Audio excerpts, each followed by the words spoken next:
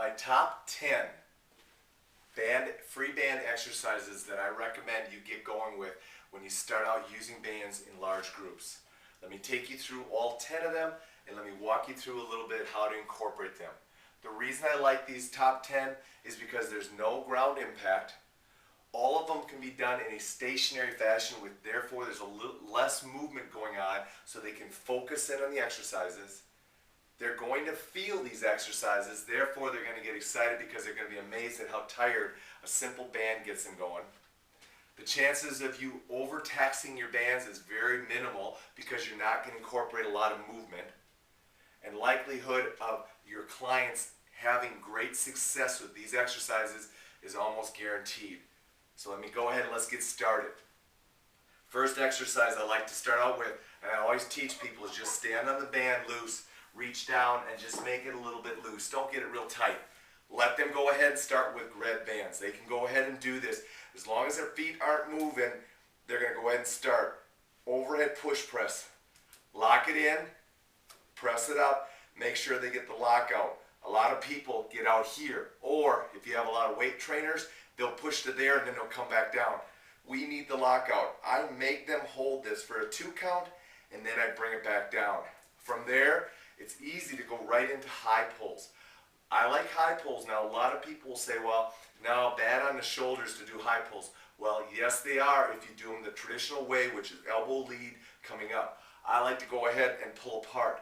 So what I'm going to do is as I come up, I'm going to pull the band apart, which is going to really engage my shoulder blades to create a better proximal stability, which in turn is going to make it a lot easier on my shoulders. So high pulls are one of my fan favorites. We're going from there, we're going up to front squats. Front squats, the key to this exercise, just make sure you place the band on top of their shoulders. Let them crisscross their arms.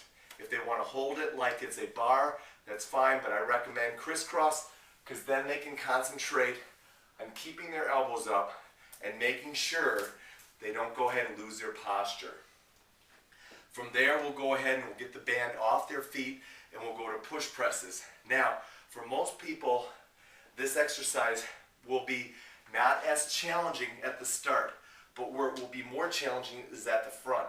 So as a result of that, I'm trying to work on stability. So I'm going to go ahead, I might put a little squat with it, a split squat with it, but most importantly, I want them holding at the front, all right?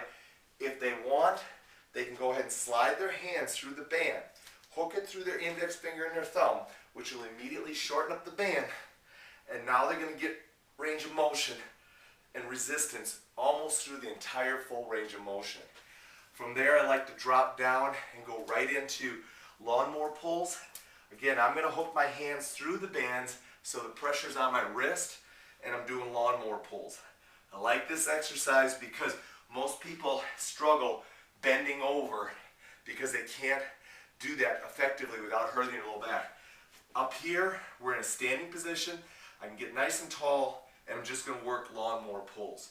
You can also quickly switch it to a one-arm exercise and do one-arm lawnmower pulls if you so choose. But I like just starting out with bilateral stuff when I first start going with a group.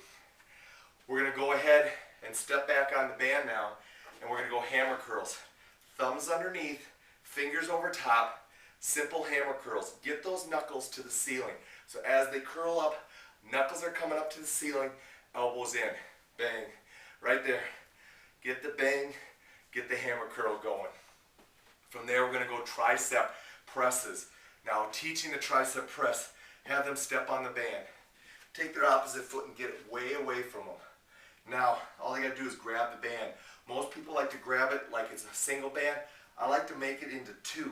Grab it like it's 2 separate bands, pop it over your head, and now you got overhead tricep presses. One of my ultimate favorite exercises to go ahead and do. Let's go back down to lower body. Split squats. Now most people can go ahead and do split squats. So what I'll do is position them. Once again, I've taught them the rack position. Most people can do that. If they want to keep their hands up here like so, that's fine. If they want to crisscross them, that's okay. The split squat, dig the front heel in, dig the back toe in.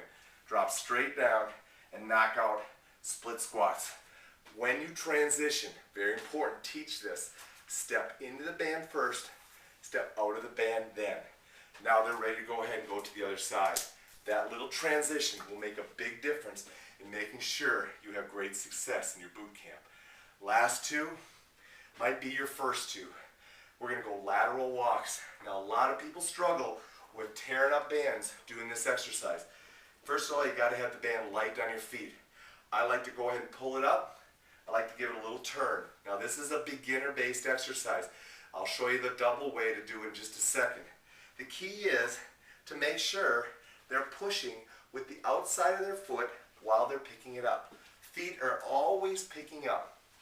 This exercise, I have yet to tear a band in 10 years of training. However, most people struggle with this exercise because as their hips get weak, they start grinding the band through the surface of the floor, and that tears it up. You've got to slow people down, make sure their feet are being picked up, and make sure they are doing the exercise correctly. No shoulder movement, just simple hip movements while they're going through it. From there, we're going to finish up with resisted pillars. Obviously, if a person cannot do a regular pillar, they're not going to do a resisted pillar. But for some people that have really gotten strong through the trunk, they're really going to like this exercise. Get the band right on their lumbar spine, preferably as close to the lumbosacral junction as possible. Get the hands right underneath their shoulders, lock out and hold, and just stabilize right there. It's a great added exercise to get the trunk in. When they rest, they put one knee down, and then they come right back into it. I love working those two drills, and here's what I'll sometimes do.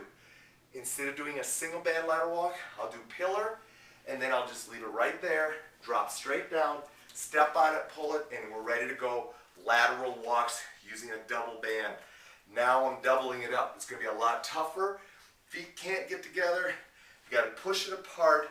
Make sure you're pushing out with the outside of your foot against the band while you pick your feet up. When that circuit is done, you just step out. It goes right to your low back. You're right back into your pillar. It's a great combination exercise to get people working on their core. 10 exercises, single band. Go ahead, implement them just as I showed you in the blog, and let's see how you do.